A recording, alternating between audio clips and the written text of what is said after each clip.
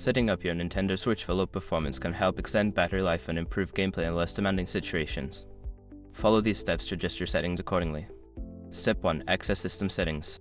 Navigate to the home screen and select the gear icon to open the System Settings menu. This is where you can adjust various settings to optimize performance. Step 2. Adjust Screen Brightness. Scroll down to the Screen Brightness option. Lower the brightness level to reduce power consumption and improve battery life during gameplay. Step 3. Enable Airplane Mode. Go to the Internet settings and enable Airplane Mode. This will turn off Wi-Fi and Bluetooth, which can help save battery and reduce background processes. Step 4. Limit background downloads. In the Data Management section, check for any ongoing downloads or updates.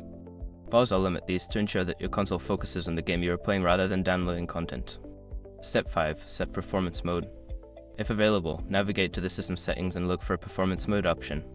Select a mode that prioritizes battery life over graphics quality to enhance low performance gameplay.